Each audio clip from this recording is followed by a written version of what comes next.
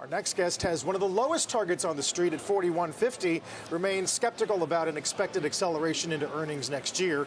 Barclays head of U.S. equity strategy, Venu Krishna, joins us today. Venu, it's great to have you. I know you've written a lot about the bear steepening that's going on in yields and sort of what that historically has meant for the economy and for stocks, right?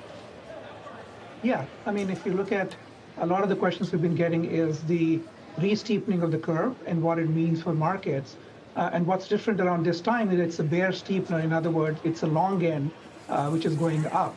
And the question was whether it's anything different in terms of what it means for the markets.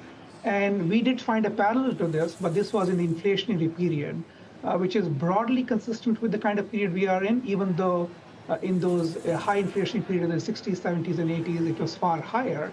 But generally speaking, in all instances, bear or bull steepener, I think the risk of a recession remains generally high, even though right now we fully recognize that recession risks are lower. And in fact, if you look at the performance of stocks which are likely to outperform during recessions, they're actually underperforming. In other words, investors are not really concerned about recession right now. So if you are looking at a recession in early 2024, is the playbook to try to play stocks at all? I mean, what do we make of areas that are defensive that have performed so poorly? Yeah, so we are not looking for a recession next year. We are saying that U.S. growth has probably peaked and it's likely to moderate. And the question then is, where do you find earnings strength? Because the market is being quite optimistic in expecting accelerating earnings. Meanwhile, this year we're going to have flat to down earnings. And for that to happen, the macroeconomic conditions have to improve meaningfully. So they're robust. We do think that earnings are probably at a trough, but we're struggling to see where the upside is going to come from. From a sector standpoint, we do still like a secular growth, which ends up being big tech, because that is also heavy on quality, which we like as a factor, as a hedge in a macro uncertain environment like this. On the other hand, we've liked energy for a while now, and with higher geopolitical risk, with oil likely to remain higher, and oil companies focusing more on profitability and return of cash and less on capital spending, I think that again remains an interesting area. So I think there are pockets of the market in which you can get exposure, but generally we are somewhat wary of discretionary sectors, even though we recognize that has rallied a lot in the last few months.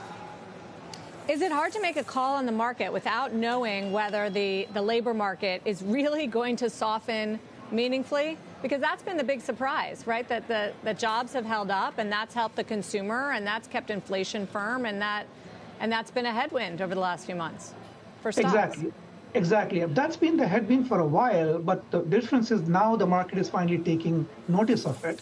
That's because the bond market is also reacting quite violently. So the point is that, if you look at where the market is in terms of inflation and rates and growth, you have to argue that multiples have to be much lower, but they're not. So clearly the market is looking past trough earnings, but where the problem comes is that, so where is the earnings growth going to come from? That's not happening. So in other words, if you look at what's happened in the market returns this year, whether the high of 18, 19% or where we are now, 12, 13%, it's been driven completely by a valuation expansion and not by earnings growth. And so, we are reasonably optimistic. We see earnings growth of 2.5% next year. But so sort of that's the challenge. And to your point, the strong labor market has helped consumers keep spending, and that has kept the market relatively resilient. But we are listening from our consumer analysts that ticket sizes are falling. There's more caution. They're trading down. And so we do expect that to translate into margin pressure and softening demand at the same time. So I think this is not an easy environment, and we sense that frustration in talking to clients. So in second quarter, they were very frustrated for not having tech exposure, and now they're frustrated that the market has become choppy again.